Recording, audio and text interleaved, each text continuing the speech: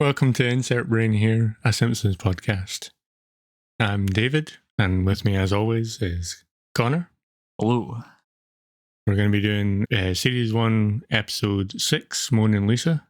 The original air date is February 11th, 1990. That's the one, aye.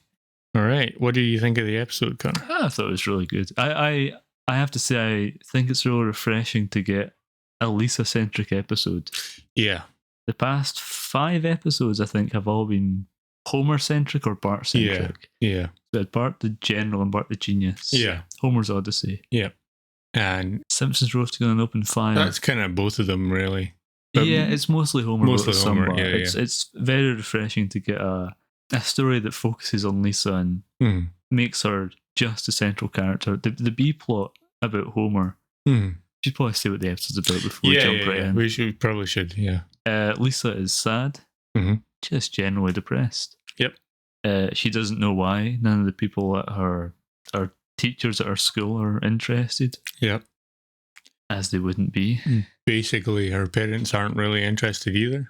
Homer's concerned, but he's Homer's more concerned about his video game playing. He's well-meaning. He tries to cheer her up, but he doesn't really get it. Yeah. Marge has her own things with her mum and her upbringing that she is making it difficult for her to help Lisa with the issue. Yeah. She's been taught the wrong thing, really. Yeah. For her life. And then Lisa meets Bleeding Gums Murphy. Yep, that's him. And gets really into jazz music. She was already into it before. Yeah, but like meets like a real life jazz musician. Yeah. And Marge learns to accept her kind of thing. Her upbringing and become a better mother and help Lisa with the help of jazz music to get out of this depression. Yeah, exactly. And then the B plot is Homer wants to be good at an Atari boxing game so he can kill Bart. Yeah, pretty much, yeah. After about, 50-something losses. 48, I think. 48 at the time, before humiliating losses. He gets at least one in the episode, so that's 49. There's 2. Because it's 48 and then the start of that fight, and then there's another fight. There's the one where he gets his head punched off. Yes, that's the second fight after that one. Is there one before that? Yeah, well, so you've got the 48 losses, humiliating losses that Bart says and introduces, and then he loses that fight. So that's 49. And then he gets his head punched off like the next day. Oh, right, yeah, that's... and my brain just so there's like 50-something. It'll be 50, I think, probably almost exactly 50.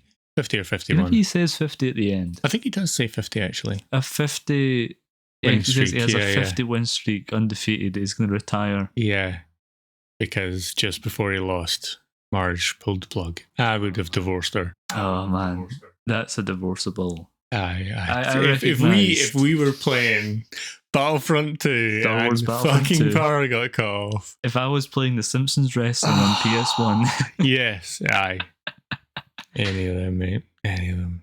I'm certain a lot of the shots of Bart and Homer on the couch with the joysticks. I'm sure that those animatics have been used to promote a Simpsons game. I think one of the earlier ones from the 90s, it's one of the side-scrolling arcade type games. Right. I'm sure that was used as like footage of Homer trying to play the game in it. Or something like Fair that. enough. I don't recollect that myself, but yeah. Yeah. I can imagine that they would have cut something together for that, surely. But yeah. I must have done. All right, so you were saying about... Right, yeah, I really loved that this was a Lisa-centric episode because so far season 1 has just been Bart and Homer. Yeah, basically, yeah. So to focus entirely on Lisa for an episode, the B-plot that Homer... It's barely even a B-plot. It's really, 3 scenes? Pretty much, yeah. The second of which is during a Lisa scene. Yeah. It's really just 2 scenes. No, sorry, it would be 4 scenes because he loses the fight. He loses the fight again when Lisa's there. He trains. At the arcade. What's the arcade called? Oh, yeah. Bloody well read it in the Bleeding Gums Arcade. What's it called? Hold on. The arcade appears in multiple episodes. It's not just in this one. You recognised it as soon as I said it before. You're like, this is the first time it's there. Of such and such arcade. I'll figure out what it is afterwards. Fire up the episode, mate. I'll insert the audio right here of me reading it. Aye. Days from now when I'm editing this episode. Yeah, it's the one. It's the Noiseland Video Arcade. That's the one. There we go. I've just said it. There we go. Said it. Yeah, perfect. Not badly edited. And now I'm not going to say it again for the rest of the episodes. Exactly. Yeah. Yeah, he goes to the... Anytime we reference it, it'll just be... the same audio that I've just... Arcade. He goes to the arcade. Yeah. And he sees a young lad. Aye, some young little shit with these glasses. The weird pin dot eyes with no white around them. Like Snoopy, you know. It looks like he's walked out of the Peanuts. Yeah, aye. Playing Sluggerfest, whatever the game's called. Slugfest, yeah. Right. All these kids are gathered around because he's still in his first quarter, and it's like he's undefeated. He's beat hundreds of people. Hundreds of fights or something. Insane. Yeah. And Homer barks like a little doggy. Aye. So the kid will teach him how to play the game well. And then he almost beats Bart before Marge pulls the plug out. And I recognise a lot of those sounds that Homer made. Yeah. All too familiar to play in sweaty matches of Battlefront 2. Star Wars Battlefront 2. Oh, Red Faction 2, mate. And, never speak to me about Red Faction 2 again. Oh, shit. A distant memory. Compartmentalised right out into a whole different segment, mate. At some point, we'll need to play the Simpsons arcade game. Yes. For this channel. Yeah. That'd be awesome. Oh, at some point. Aye, one day. Whenever we get to the point in Simpsons history where it was released. Yeah. Which is not that far off, actually. We need to start actually finding that. There's a version you can buy now. You could probably get it. The arcade machine, and I would if I had space for an arcade machine. I don't have space for an arcade machine. I've got a whole house to deal with that. So yeah, there's no space for not right now. No. At some point, once we have a separate warehouse where we record all of our episodes. Yeah. Then we can fire a Simpsons arcade machine right there. Aye. Whether or not it works is before another we matter. declare bankruptcy. Perfect. Nice one. Yep. All right. First appearances. Are we on there? Exciting news. Oh, okay. Untitled first appearance segment of the show now has the title. A title. Yes. Eye on Springfield. Perfect. That's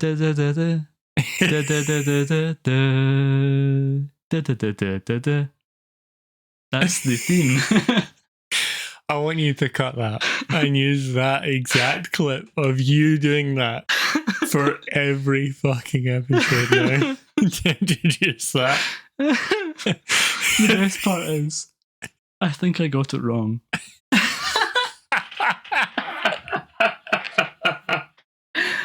I think I got the end wrong. I don't think it goes.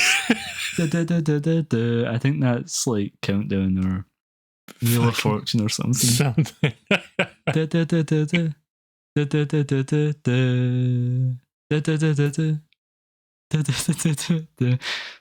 cut that out and I'll put it in every single episode. First appearance, of course, of Bleeding Gums Murphy. Yes, I love Bleeding Gums Murphy. He's awesome. I think we're two of the only fans of Bleeding Gums Murphy in the world. Probably. I like him. He's not creepy in the slightest. No, which is strange. He could have easily been a very creepy character.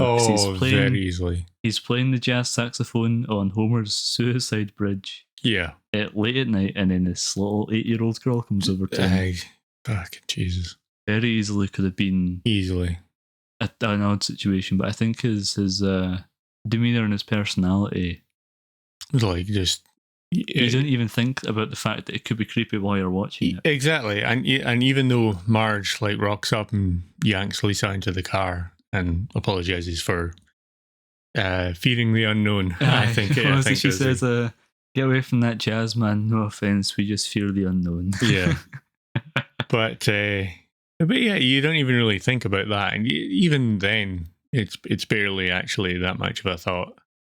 It's like it's just a sort of funny sort of quip at that moment, but I never really thought of him as a creepy sort of person or anything like that. So it seems to be all perfectly innocent there. There's any.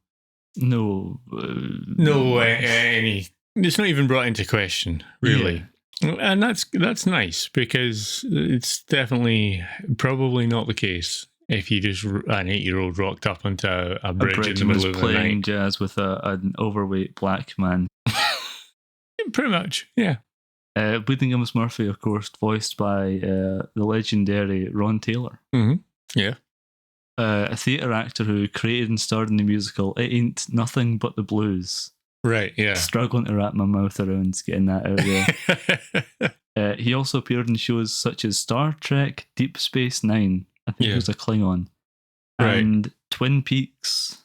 Oh, of course. He was in Twin Peaks. He's the wrestling coach in about 2 or 3 episodes. Right. Mostly in season 2, I want to say. Right. So Nadine has a... Oh, we're now onto the Twin Peaks podcast. What's this one called?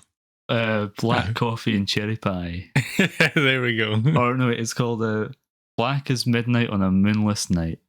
There we go. A Twin Peaks podcast. He's the wrestling instructor. Nadine loses her memory and becomes super strong and believes that she's a high school girl. And because of her super strength, Ron Taylor's character, who's the wrestling coach and gym teacher, gets her into the wrestling team. All right. That's the role that he plays in Twin Peaks. Fair enough. Yeah, sadly passed away in 2002 from a heart attack. All right. Very sad. Yeah. Very sad. Big fan of Ron Taylor and his role, especially in Twin Peaks. Well, obviously, yeah. You have to be pretty memorable to be in 3 episodes of Twin Peaks. Not in a weird character capacity at all, who's another Black Lodge or an FBI agent who has a hearing aid that makes him scream everything he says. Just a normal person in the town. Yeah. And to still be memorable. Yeah, exactly. First appearance of Jacqueline Bouvier. Right, okay. You're going to have to explain. Who do you think that is? Take a guess. Hazard a guess. Jacqueline Take a stab Bouvier. That name sound familiar to you at all? Where were you on the night of September the 11th, 2001? I like the night, not the day when it fucking happened. Right in the morning. Where was I after it happened? Yeah. I'm fucking home. We got the day off, mate. I remember being in school for that. I was in primary school and we did not get the day off. I was at school and we got the day off. Because I went to a Christian primary school. We had an assembly about it. You had an assembly about it, but you didn't. On the day of 9/11, and they were talking to us about what 9/11 was and how it just happened that day. All right. Let's not talk about 9/11 anymore in our Simpsons podcast. Let's not. We'll get to 9/11. We will. Yeah. There's some 9/11 stuff in this show, and we will get to it when we will get there. Yeah. We not will. Right now. No. Who do you think Jacqueline Bouvier is? Jacqueline Bouvier. All right. Think fucking episode. Important character in Simpsons history. I'll tell you that much. I made it no clearer. That's Marge's mother. Oh, right. Fucking hell. She doesn't appear like she normally appears because she's normally an old lady. Right, yeah. She appears in the flashback with looking kind of like Marge, basically. With Marge's normal voice. Yeah. Marge's child self, by the way, who is normal Marge now shrunk down. Yeah. Same dress, same red pearls, same haircut, same shoes. Yeah. She looks like that as a child and as an adult. And then during high school, when she meets Homer, she looks totally different. She has different hair and a different dress style. Yeah. I think they put a little bit more effort into young Marge, or teenage Marge, I guess. Mm-hmm. Well, that's like an entire episode. Yeah, aye. Focused around it. It's not like a 5-second flashback. Yeah, exactly. You just need to quickly get across to the audience, this is Marge as a child. Yeah, aye. And that's it. This happened to Marge, and this is why she's the way she is. Mm-hmm. So first appearance of Jacqueline Bouvier. Fair enough. Yeah, I did. I couldn't have told you Marge's mother's name clearly. Patty and Selma are... I thought Bouvier would get it across because it's Patty and Selma Bouvier. Because they never married. I couldn't have told you. couldn't have told you. Patty and Selma, that's about as good as it gets for me. First appearance of Janie Powell. All right. Who's Janie Powell, David? You know, this is a whole new segment. This is a whole new segment of question David about who the fuck people are. It's my favourite part of this show is where I name a character and look I at know the who they are, absolute and zero I look at you recognition and in go, my face. Tell me who that is, David. And I'm just like, I don't know. Janie Powell is a character who appears briefly in this episode. She's sitting next to Lisa in the cafeteria. Oh, black girl. Yeah, with the like purplish. Is it purplish hair? She has black hair, but she has a purple dress on. Fair enough. That's something. No, Wait a minute. It doesn't do much here, but she's Lisa's friend. She was meant to be basically what Milhouse is to Bart for Lisa. Aye. And then they went in a more direction where Lisa doesn't really have any friends, and so Janie kind of gets shunted to the side. Right, aye. Becomes a background She's character. one of the suggestions picking up like mashed potato, suggesting Lisa to join in the food fight. Yeah. That's Janie Powell. Right. Fair enough. First appearance of Ms. Barr. Oh, right, yeah. Of course. You fucking liar. I have no idea. I'm going to start making up Simpsons characters. Please Ms. Barr do. is a character that I didn't know their name. I had to research for about an hour to try and find anyone who knew this character's name. Ms. Barr is the gym teacher. Right. Who gets replaced after season 1. I think this is her only appearance. Really? She gets replaced by Mrs. Pommelhorst. Oh, which is a very funny name for a gym teacher. Yeah. Ms. Barr. Her appearance reminded me of the gym teacher from Carrie. Right. Carrie, 1976 Brian De Palma film. Yeah. The kind of shorts and the top tucked in and the brown hair tied back in the ponytail. Yeah. And the shouting. Very much a Carrie gym teacher. I wish I could remember that character's name. Don't even look at me. There you go. First appearance of Ms. Barr. Fair enough. Last but not least, first appearance of Howard.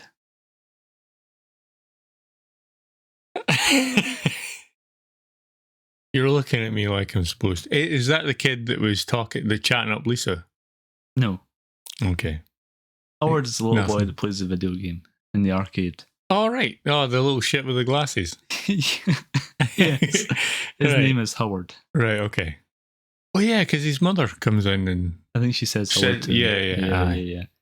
I wasn't going to include Howard, but apparently he does appear in at least one other episode. All right. His mother never shows up again. Fair enough. Out of the show. Probably for the best. She does think Homer's a bit of a creep. Yeah.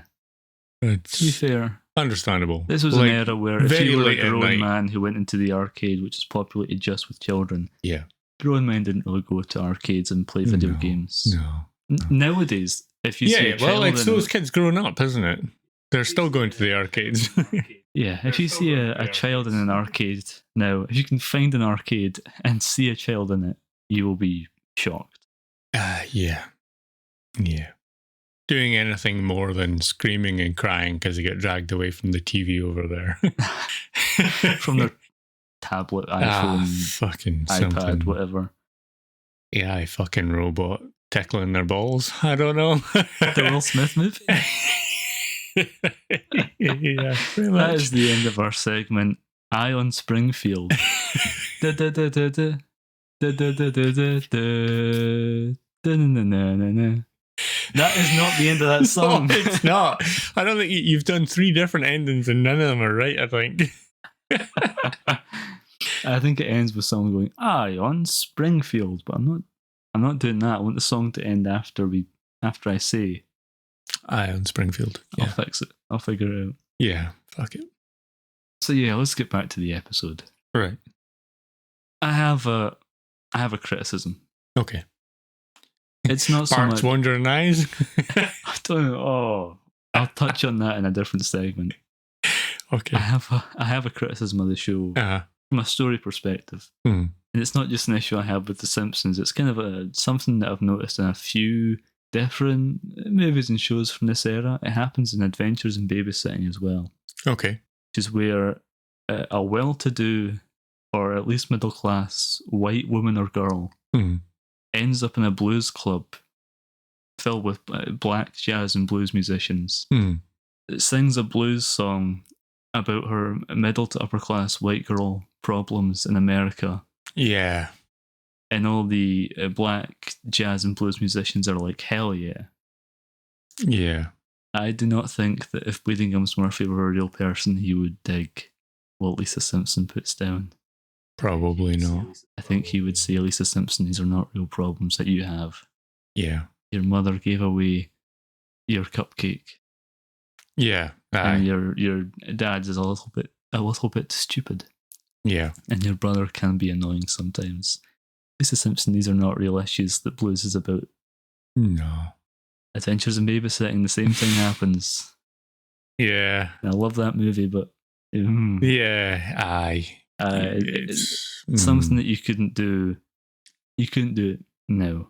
Yeah, for good reason. Yeah. And I'm not saying that in like the fucking SGWs have taken away our white girls singing blues. I'm saying this is no. It's like, what I mean, yeah.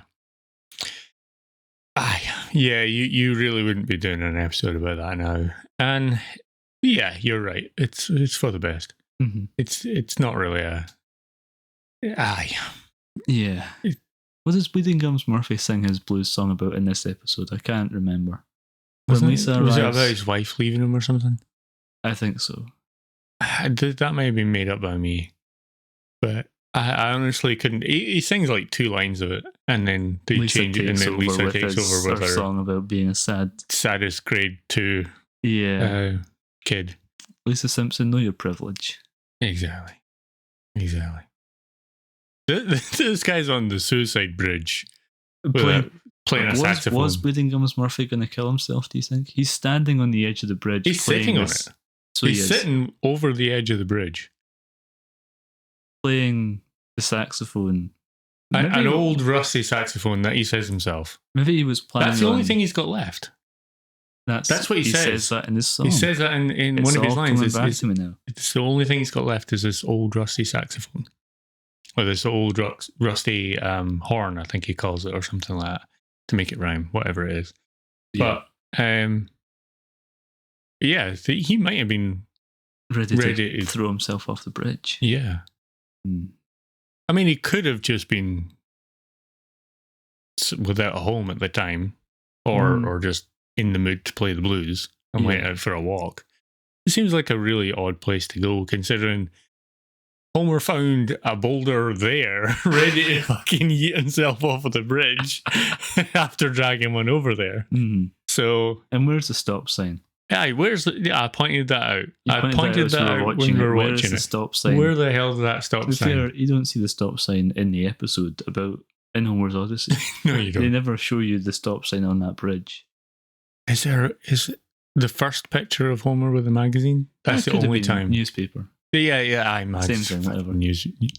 Newspaper, the newspaper article, the first one. I think it was in that. It was a picture of Homer with a stop sign at the bridge. Maybe. And I think that was the only time you actually saw it.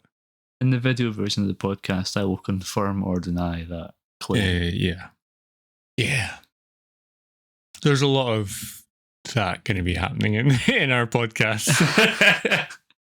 It's interesting as well that Bleeding Gums Murphy, as you just pointed out, sings about being without a home. And the Simpsons family do not even consider taking him in. Nothing. Every other episode where a minor acquaintance, like Gil, has been, or Otto has been without a home, they've been housed in the Simpsons house. Yeah. And I get that this isn't like a Bleeding Gums Murphy episode. Yeah, but it's still not his spotlight episode, but yeah.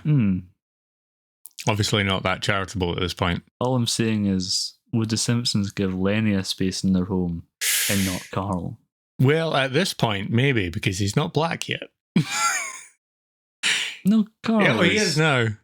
Carl is black at this point. He hasn't appeared in this season. Oh, You're thinking of Eddie and that's Lou. It, yeah, Eddie and Lou. Yeah. Those are the wrong ones. The other white and black duo in The Simpsons. Wrong ones. I forgot. Yeah, aye. But yeah, Try not to think about that part too hard. Yeah. I don't think it was really meant like that. I definitely don't think it was intentional, but I think it... And at the time there wasn't this precedent that they would have done that. There wasn't this precedent. That's one, yeah. Aye. That they would have taken someone into their home if they were without a home, because those episodes hadn't happened yet. Exactly. Yeah. But in retrospect, with the entire 600 plus episodes, yeah, that does seem a little bit odd. Yeah.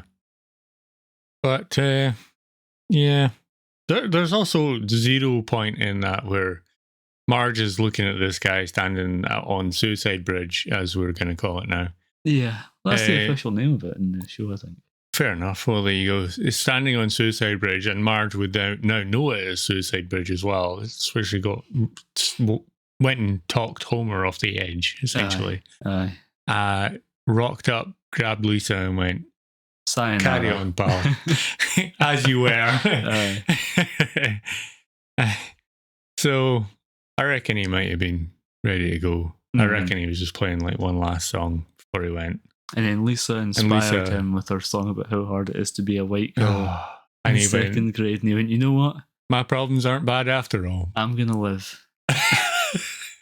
I'm going to live. My problems are nothing compared to this little girl. My teeth are falling out. My gums are bleeding. My wife's left me. I have no home.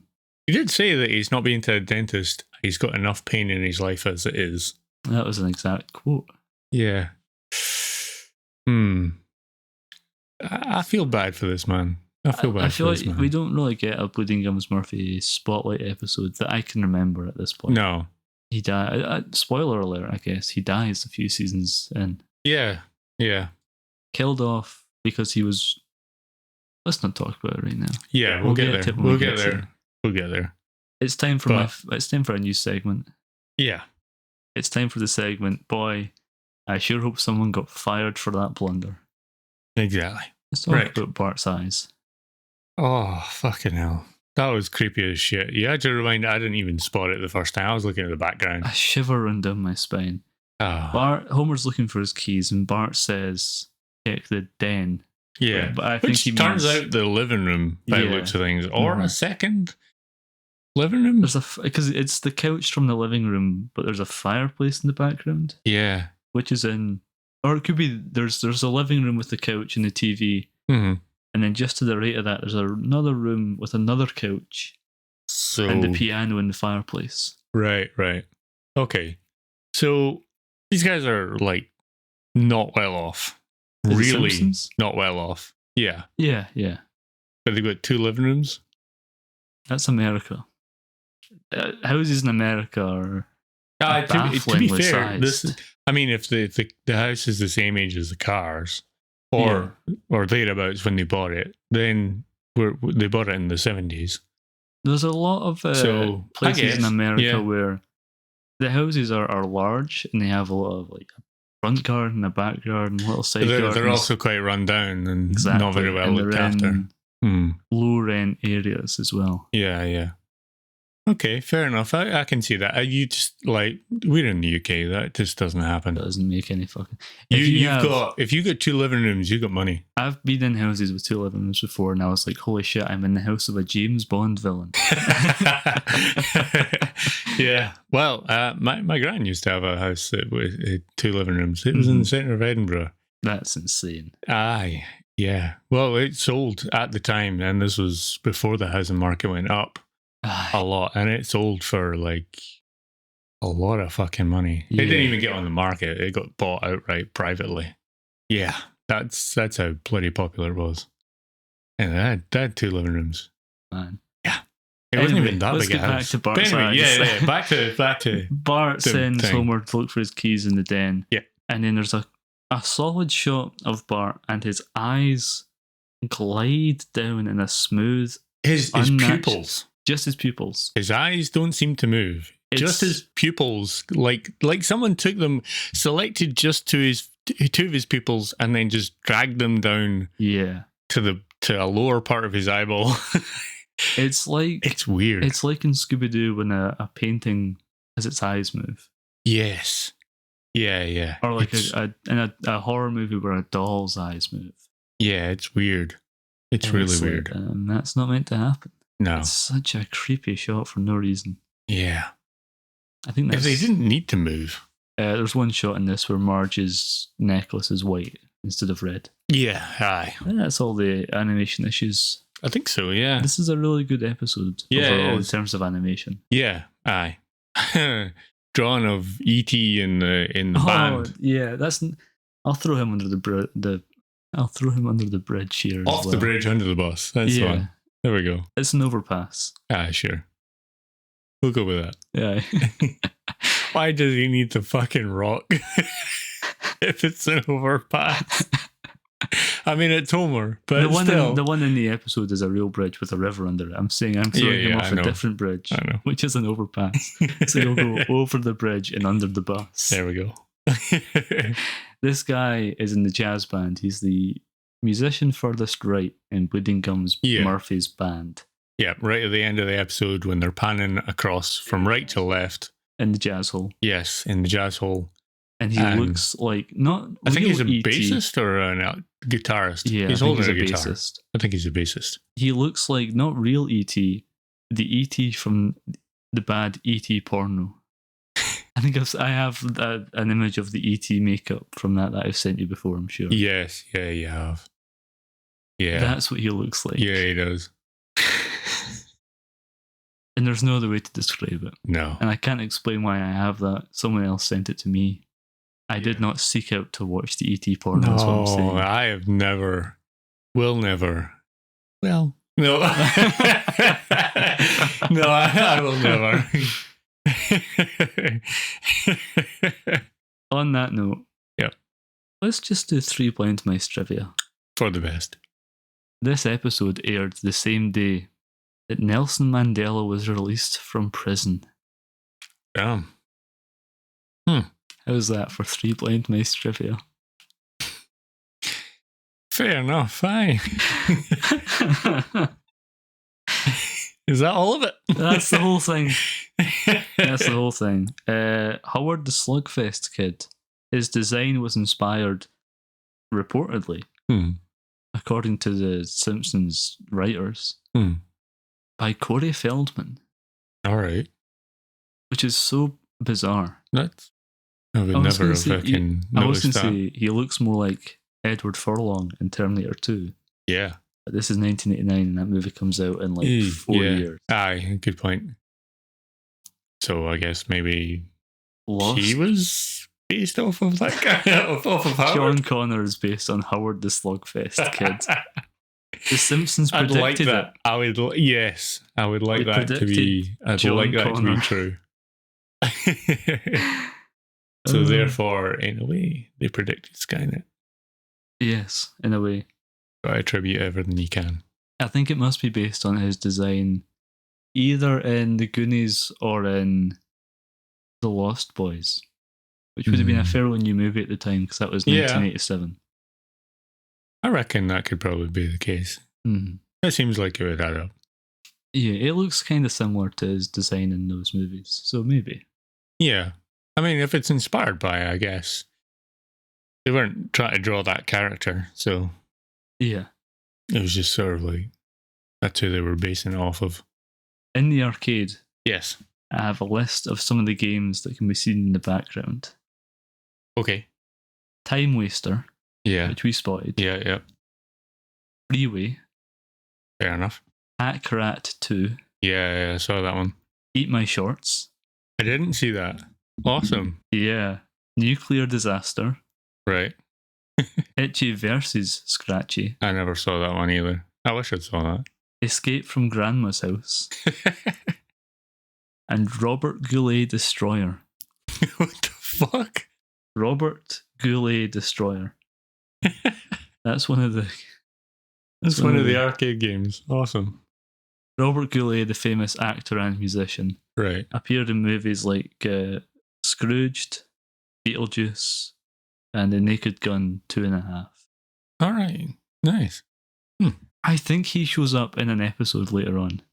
Right. He tries to get into Bart's treehouse to perform a music gig because he's got He was meant to go somewhere else and they cancelled him or something. Right. Keep your eyes open for Robert Goulet in the next 10 seasons or so. Yeah. Bleeding Gums Murphy got his name from Blind Lemon Jefferson, who was an old blues player.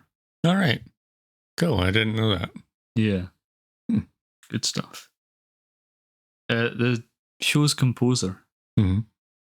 in order to get the elementary school kids playing My Country 'Tis of Thee, they got real elementary school children to play their instruments. All right. And recorded it and then just put that in the episode. So that's awesome. why it sounds like real kids playing, trying to play that song. Yeah, aye. Yeah.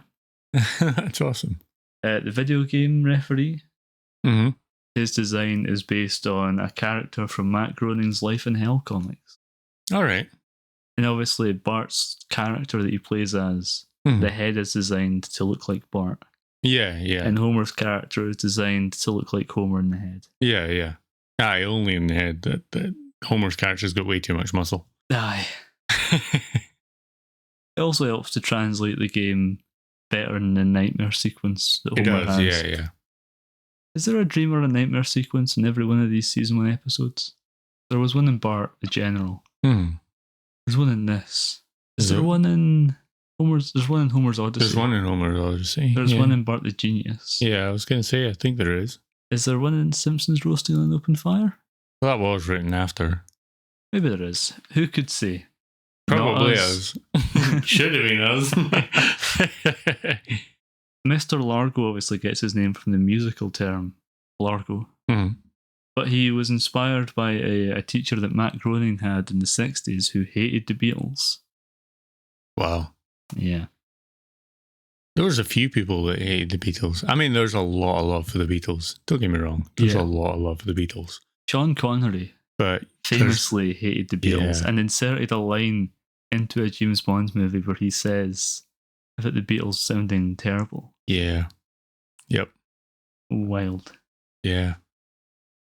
The song Lisa sings in this episode later appeared in extended form on the album The Simpsons Sing the Blues. Oh, of course. Which we will one day cover. That's our Thanos that we're building up every episode. I'm dropping a little hint towards The Simpsons Sing the Blues. Yeah. That would be awesome. This is big trivia now. Okay. James L. Brooks wanted to do an episode where Lisa was sad, but she didn't know why, which inspired him to write this story. The writers in general also felt that they had done several funny episodes for the show and wanted to try to do something new that was really emotional and sweet. Brooks had actually had the idea for the episode back in the 70s when he was working on the show Taxi about the character Alex. But it never really materialised. Ah, awesome. I knew none of that. That is the end of 3 Blind Mice trivia. Very good. Very good. Insert applause here. Insert. Fucking coffee in my asshole. Insert fucking paracetamol into my fucking nose. Oh, Jesus. So you're snorting paracetamol and I'm getting a fucking espresso shot in my ass. Mo's hair is grey in this episode. Yes, we're doing wrap up basically. Yeah, wrap up segment where we touch on all the things that we forgot to actually talk about in the episode. Yeah. Mo's hair is finally the right colour. Yeah. Everything else in Mo's is still the wrong colour. Yeah. Barney's hair, Mo's apron. Yeah. Larry and Sam, everything. It's also wrong. It's not as bad, but it's still a weird perspective of the bar and stuff. The saloon doors that go to nowhere. Yeah. It's a whole weird situation. Then you got, not the first, because as I've checked, it's roasting an open fire, but Marge is actually driving her car. Yeah. She's in her car, it's a Chevy Chevelle. Right, like a station wagon. Yeah, station wagon. Chevy Whereas Chevelle the normal station Simpsons wagon. car is a... it is a Plymouth Valiant, which is a family sedan. Or the pink sedan. That's it, sedan. That's the word I was looking for. I wanted to call it a Rolodex there. Fucking Rolodex. It's been a long one. It's late. All right. Is there anything else we need to touch on? I don't think so. The only other interesting thing about those two cars is they were both 1973 models. There we go. But that's about it. That's cut that and slap it into the three blind mice trivia. Three blind mice trivia. Why not? It was my own trivia. There we go. You've got. That's my one and only trivia. That's what we need to do from every episode from now on. Well, I'll get you to bring one bit of trivia. For the best. Aye. That way I'm not sitting there going, really? The amount of times I'm cutting through the episodes and I'm looking at it and it's like I say a long bit of trivia and you go, right. Awesome. Uh-huh. Very good. Aye. Next bit of trivia. Just fucking nifty. Isn't that a goddamn dandy? Hi diddly ho neighborino. I'm going to run out of things to say. I need to say a different one every fucking episode. I got like 700 bloody episodes in front of me. And more on the way. Oh, Jesus, don't remind me. So that's Moaning Lisa. Yeah, Moaning Lisa. A really good episode. Basically, Lisa's establishing episode. Pretty much, yeah. This is the one that really establishes Lisa as who she is going forward. Yeah, exactly. Aye. But yeah, overall, very good episode. There was really, other than Bart's creepy eyes and E.T.'s fucking porno appearance. And Marge's necklace is the wrong colour in one scene. Her necklace being the wrong colour. I sure hope someone got fired for that blunder. Yeah, other than those, to be fair, it was a pretty good episode. The background was like spot on. There was no real issues that I spotted anyway. It's an episode that is so well written and animated and has the characterization done of Lisa that I always forget that it's a season 1 episode. Yeah. I always place it in like season 2 or 3. Yeah. It definitely seems much more polished than some of the other ones. Yeah. For sure. Yeah. This must be one of the ones that was like not fucked up and rewritten. Surely, or reanimated. The one that was messed up the most that we'll get to is Some Enchanted Evening. Right, okay. And I have so much shit about so much that. stuff that I'm so many blunders, so many things. I have some of the original animation. Really? I'll show it to you then, and we'll get a reaction. Oh, goddamn! This is the big one. Can't wait. What episode is that? Some Enchanted Evening. No, number 13. All right, okay. Season finale. God, it was going to be the first episode, and it became the finale. I probably needed that much time to actually patch it up. Yes, it did. Goddamn. Right, this has been. Yeah. Hold on. Yep. that noise is not getting cut out. You're not cutting that shit. I'll edit this episode if I have to. Is that Be My Guest coming up? Be my guest, mate. Learn how to use Reaper and start editing these episodes. Oh, fuck me. I'm carrying the weight of the podcast on my goddamn back here. I'm doing all the research. I know. I'm recording them here and I'm editing every episode. I'm aware. I'm living in the recording space. I'm aware. I live in a lorry, pal. Simpsons up to my goddamn balls is what I'm talking about here.